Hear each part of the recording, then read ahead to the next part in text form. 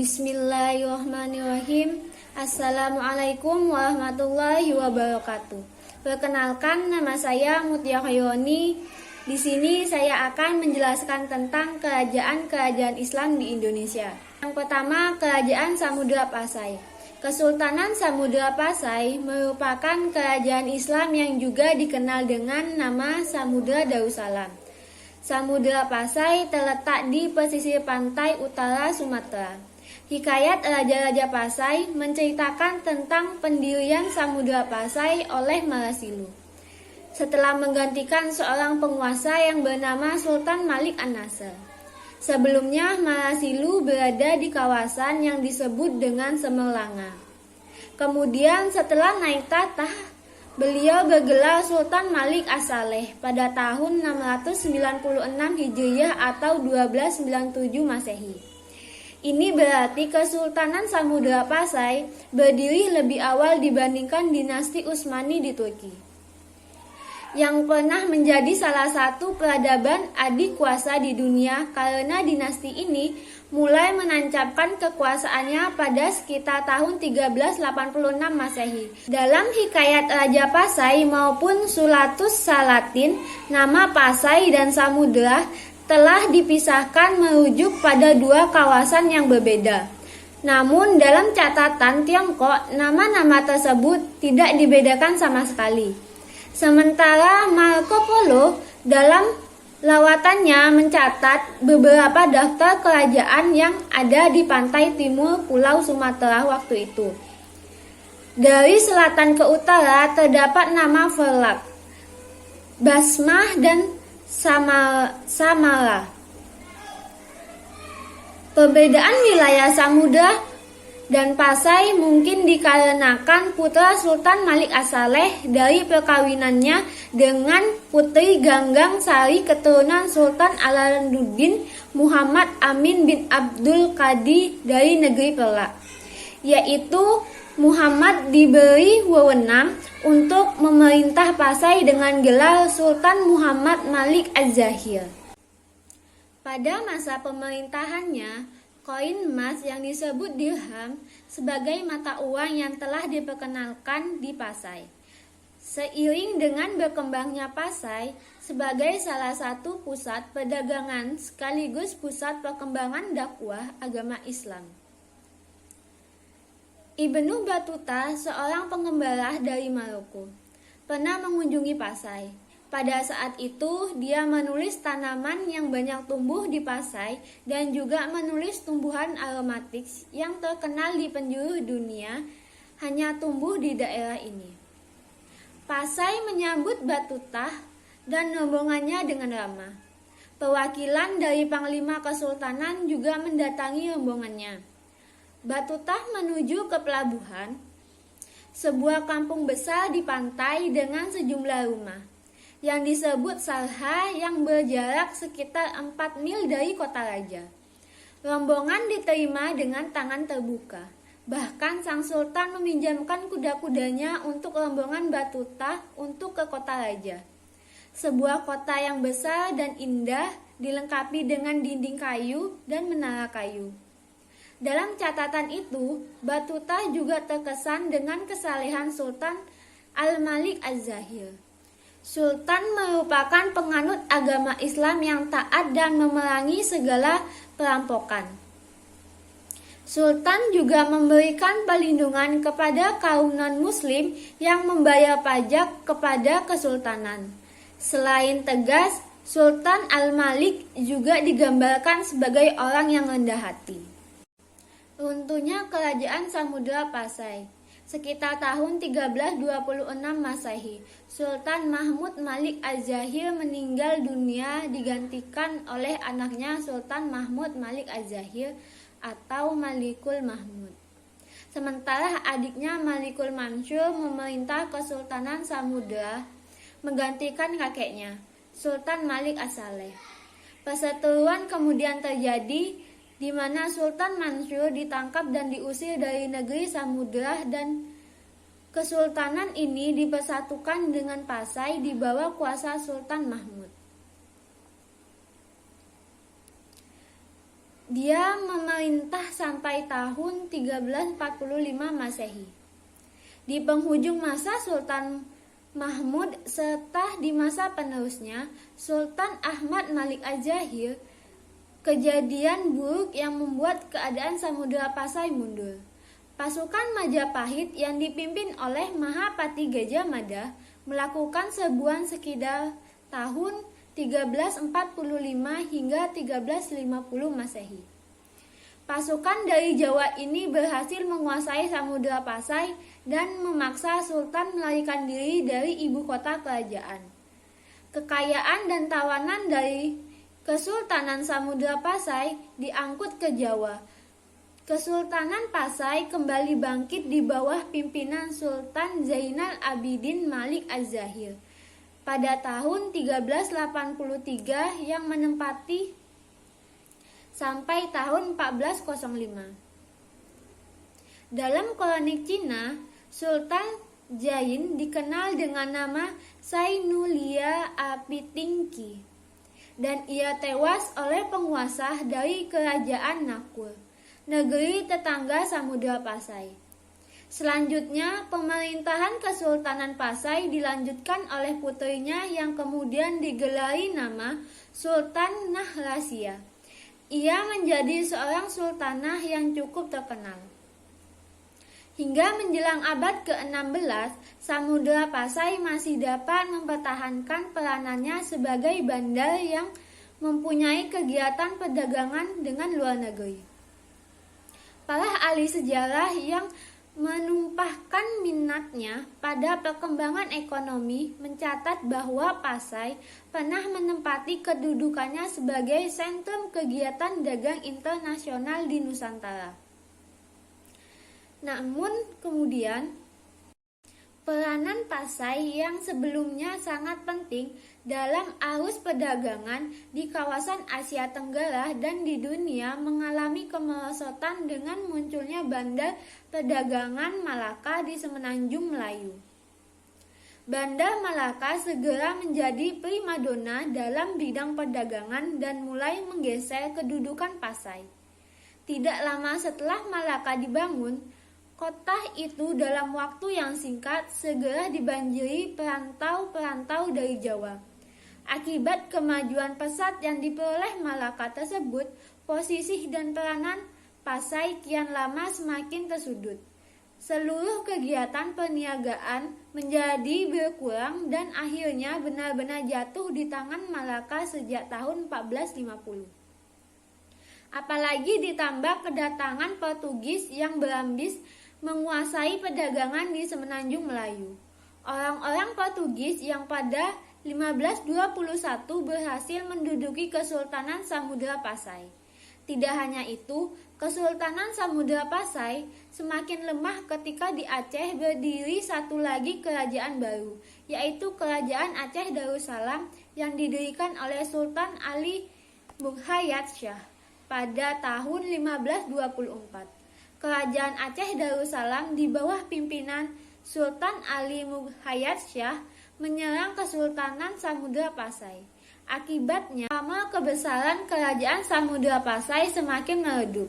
Sejak saat itu, Kesultanan Samudra Pasai berada di bawah kendali kuasa Kesultanan Aceh Darussalam.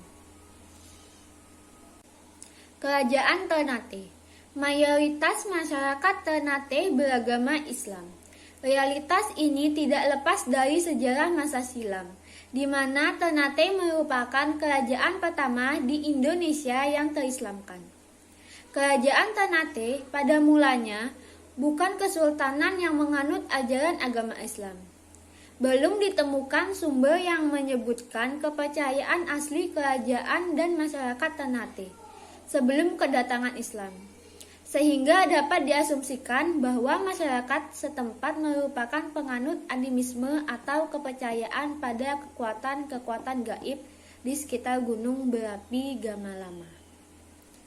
Hubungan Islam dengan kerajaan Ternate yang pada awalnya mewakili kepentingan dagang atau ekonomi, seperti yang disebutkan oleh Azriumardi Azra. berkembang menjadi hubungan religio-politik dan intelektual keagamaan, seiring dengan faktor-faktor utama dalam penetrasi Islam di berbagai wilayah di Nusantara.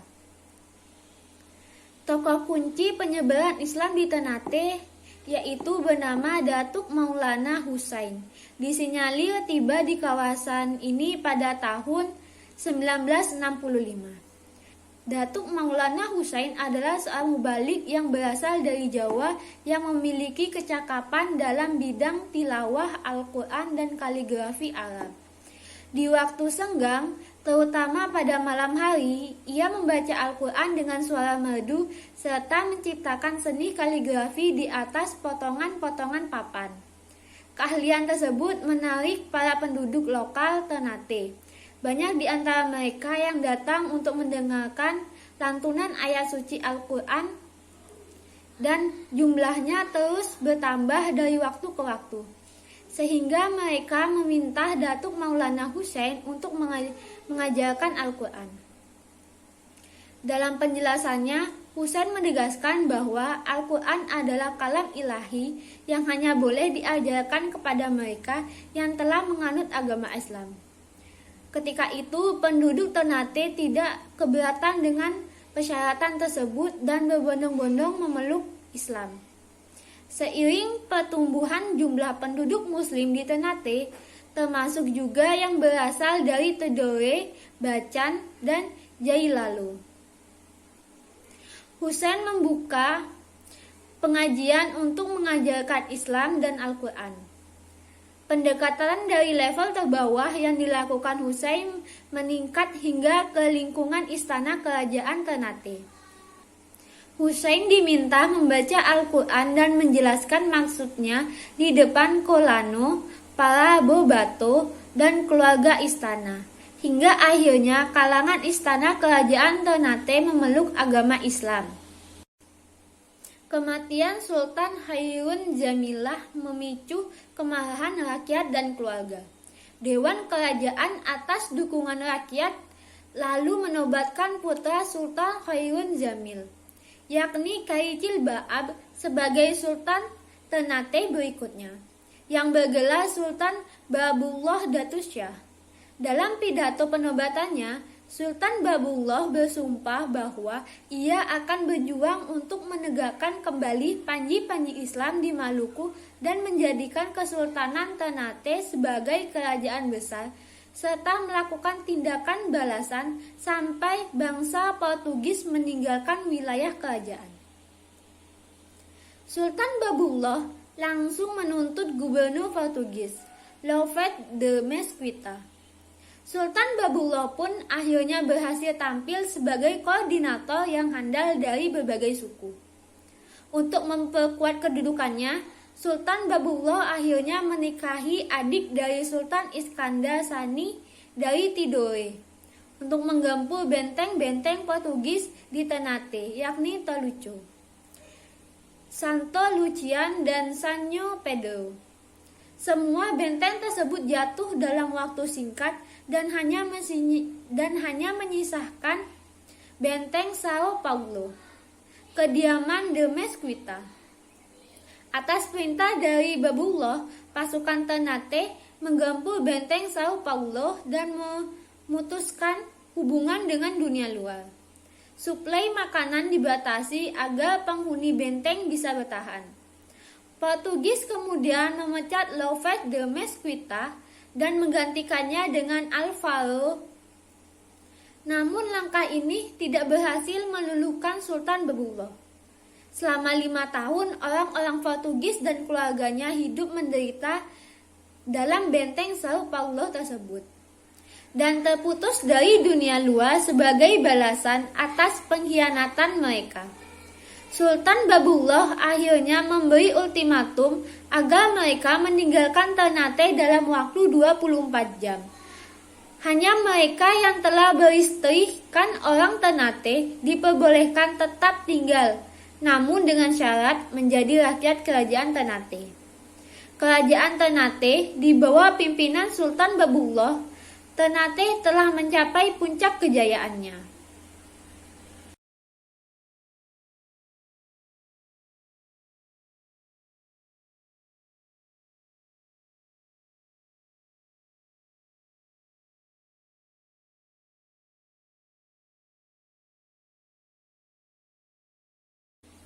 Sultan Babullah meninggal pada tahun 1583. Sepeninggalan Sultan Babullah, Ternate mulai melemah. Portugal akhirnya masuk pada tahun 1580 dan bekerjasama dengan Spanyol. Dengan kekuatan baru, gabungan Spanyol dan Portugal memperkuat kedudukannya di Filipina, sehingga Ternate pun menjalin aliansi untuk menghalau mereka, namun gagal. Sultan Said Barakati berhasil ditawan dan dibuang ke Manila. Setelah Ternate secara beruntun mengalami kekalahan hingga terpaksa Kesultanan Ternate meminta bantuan terhadap Belanda pada tahun 1603. Ternate akhirnya berhasil menahan Spanyol, namun sebagai imbalannya Sultan Ternate menandatangani perjanjian monopoli perdagangan dengan VOC pada tahun 26 Juni 1607, di mana VOC kemudian diizinkan membangun benteng Orange di Ternate.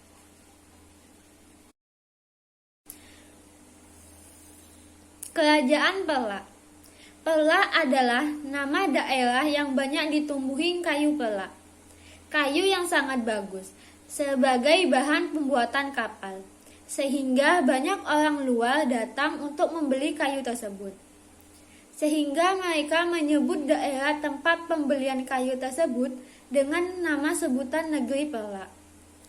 Sebagai sebuah pelabuhan perniagaan yang maju dan aman pada abad ke-8 Masehi, Perla menjadi tempat persinggahan kapal-kapal niaga orang-orang Arab Persia.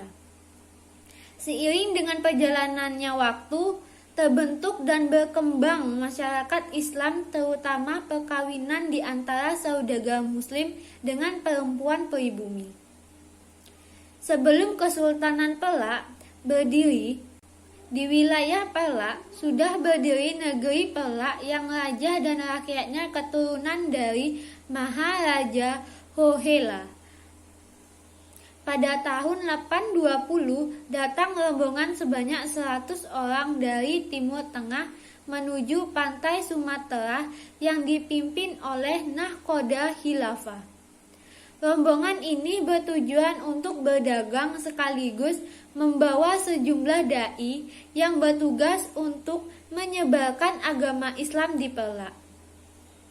Kurang dari setengah abad, raja dan rakyat Perla meninggalkan agama mereka yang pada waktu itu menganut agama Hindu-Buddha. Kemudian memeluk agama Islam. Dalam naskah Hikayat Aceh diungkapkan bahwa penyebaran Islam di bagian utara Sumatera dilakukan oleh seorang ulama Arab yang bernama Syekh Abdullah Arif pada tahun 506 Hijriyah atau 1112 Masehi. Kondisi ini menyebabkan konstelasi politik Mesir berubah haluan. Dinasti Mamluk memerintahkan pasukan yang dipimpin oleh Syekh Ismail yang pergi ke pantai timur Sumatera dengan tujuan melenyapkan pengikut Syiah di Kesultanan Perla dan Kerajaan Samudra Pasai. Pada akhir masa pemerintahan Abdul Malik Syah, terjadi lagi konflik antara Sunni dan Syiah. Konflik itu terjadi selama 4 tahun dan akhirnya terjadi perjanjian persetujuan damai dengan pembagian wilayah Kesultanan Perla menjadi 2, yaitu Perla bagian pesisir dikuasai oleh kaum Syiah. Perla pesisir dipimpin oleh Sultan Alauddin Shah Maulana Shah yang berkuasa pada tahun 976 sampai 988 Masehi. Sedangkan Perla bagian pedalaman dikuasai oleh Sunni. Perla pedalaman dipimpin oleh Makdum Alauddin Malik Ibrahim Shah Johan Berdaulat yang memerintah pada tahun 986 sampai 1023 Masehi. Pada tahun 986 Masehi, Kerajaan Buddha Sriwijaya melakukan perlawanan terhadap Kesultanan Perla Pesisir. Dalam perang ini, Sultan Alauddin Shah Maulana Shah Sultan Perla Pesisir wafat. Kesultanan Pelak secara keseluruhan dikuasai oleh Sultan Pelak Pedalaman yang beraliran Sunni, yaitu Sultan Makdum Alaiddin Malik Ibrahim Shah Jahan berdaulat. Perang antara Kesultanan Pelak berakhir pada tahun 1006 Masehi, ketika Sriwijaya mengundurkan diri untuk menghadapi kerajaan Dharmawangsah di Pulau Jawa.